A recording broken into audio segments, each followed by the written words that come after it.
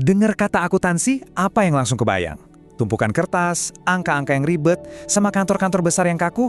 Nah, gimana kalau saya bilang cerita sebenarnya itu jauh lebih personal dan jauh lebih dekat sama kita semua?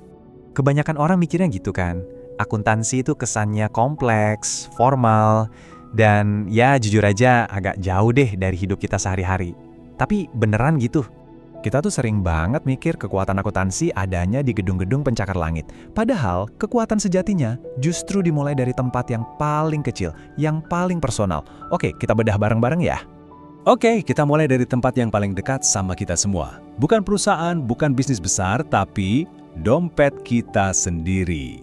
Ini dia langkah pertamanya, gimana caranya ngambil kendali arus kas pribadi kita.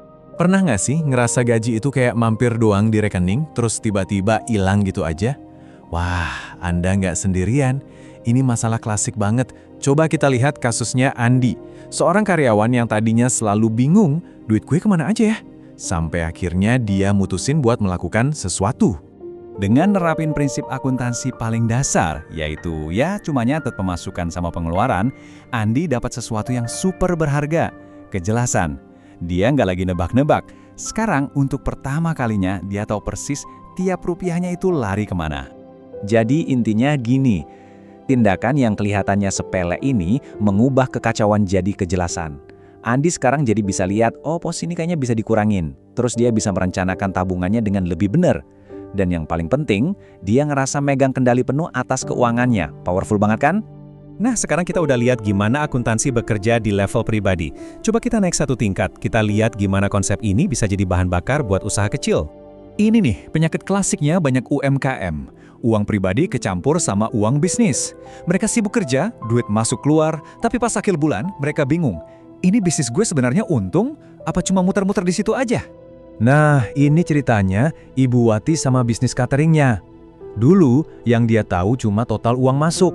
Tapi begitu dia bikin catatan simple kayak gini, pendapatan dikurangin semua biayanya, dia benar-benar lihat laba bersihnya untuk pertama kali. Angka 3 juta rupiah itu bukan lagi kira-kira, tapi jadi fakta.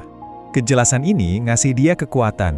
Ibu Wati sekarang bisa lebih pede nyisihin untung buat beli oven baru. Dan kalau dia butuh pinjaman bank, dia punya bukti nyata. Bukti kalau usahanya itu sehat dan layak banget buat dibiayai. Dan seiring bisnisnya makin gede, peran akuntansi juga ikut berevolusi. Udah bukan lagi sekedar alat buat bertahan hidup, tapi jadi semacam kompas buat ngukur performa, ngelacak kesuksesan dari tahun ke tahun, dan pastinya buat ngerencanain masa depan.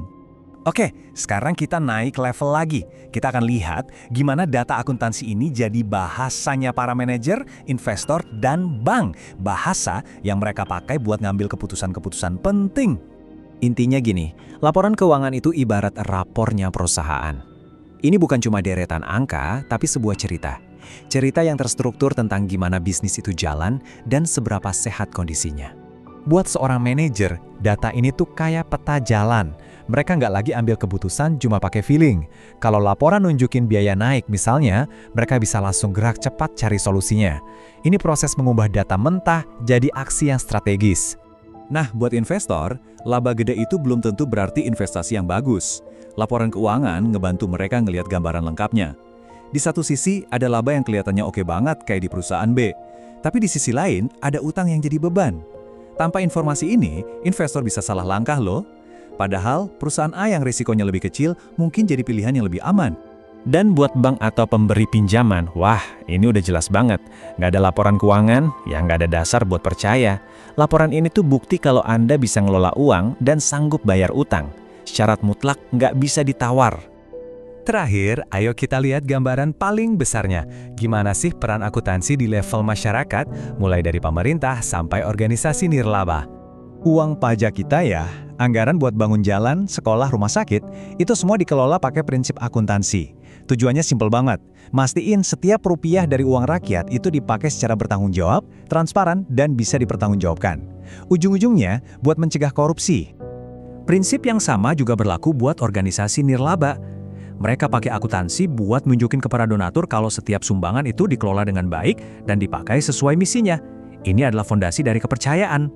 Oke, Setelah perjalanan kita dari dompet pribadi sampai ke anggaran negara, yuk kita tarik lagi semuanya ke titik awal yang paling penting. Anda. Jadi akuntansi itu bukan cuma soal angka ya, ini adalah bahasa yang dipakai sama uang. Dari Andi yang ngatur gajinya, Ibu Wati yang ngembangin usahanya, sampai pemerintah yang ngelola dana publik, mereka semua pakai bahasa yang sama buat ngerti dan ngendaliin keuangan.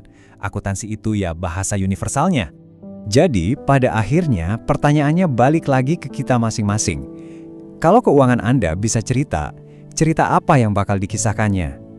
Apakah cerita tentang kendali dan rencana yang matang? Atau cerita tentang kebingungan? Akuntansi itu ngasih kita alat buat nulis cerita yang kita mau.